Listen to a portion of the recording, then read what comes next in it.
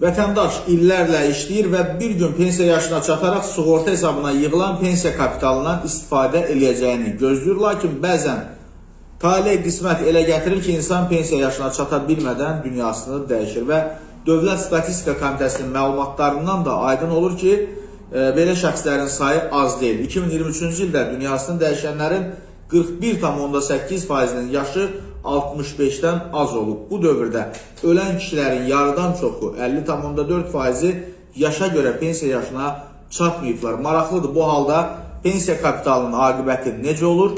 Həmin puldan istifadə hansı hallarda mümkündür? Qanunvericiliyə görə şəxsin hesabında toplanan pensiya kapitalı o dünyasını dəyişdiyi halda ailə üzvlərinin sosial təminatı üçün əsas olaraq istifadə olunur. Belə ki, vəfat edən şəxsin əmək qabiliyyəti olmayan ailə üzvlərinin hər birinə düşən ailə başçısını itirməyə görə pensiyanın məbləği, pensiya ödənişi müddətinin ayları, sığorta davamiyyəti əmsalı ilə yanaşı pensiya kapitalı əsasında da aparılır. Ailə üzvlərinə düşən ailə başçısını itirməyə görə pensiyanın ümumi məbləği əmək pensiyasının minimum məbləğindən, yəni 320 manatdan aşağı olduqda həmin məbləğə çatdırılmaqla ödənilir. Qeyd etmək lazımdır ki, ailə başçısını itirməyə görə pensiya ailə başçısının ölüm gününədək ümumi sığorta stajı 5 ildən az olmamaq şərti ilə əmək qabiliyyətli yaş dövrünün hər tam ili üçün 4 ay sığorta stajı olduqda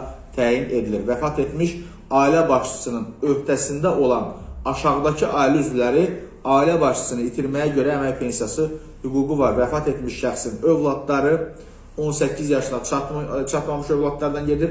18 yaşına çatana qədər əlilliyi müəyyən olunmuş, 18 yaşından yuxarı əlilliyi olan şəxs, təhsil müəssisələrinin əyani şöbəsində təhsil alanlar, lakin ən çoxu 23 yaşına qədər, ata, ana, ər, arvad pensiya yaşına çatmışdırsa, yaxud orqanizminin funksiyalarının 61-80% və ya 81-100% pozulmasına görə əlilliyi müəyyən edilmiş şəxsdirsə, yaşından və əmək qabiliyyətindən asılı olmayaraq valideynlərdən biri və ya ər, arvad, yaxud baba, nənə, qardaş, bacı vəfat etmiş ailə başçısının 8 yaşına çatmamış uşaqlarına, qardaşlarına, bacılarına, nəvələrinə baxırsa və işləmirsə, bu halda onlara həmin o kapitaldan düşür. Ailə üzvünə düşən pensiya məbləği dövlət qulluqçularına verilən ömürlük, həmçinin əlilliyə və ailə başçısını itirməyə görə sosial müavinətləri məbləğindən az olduqda,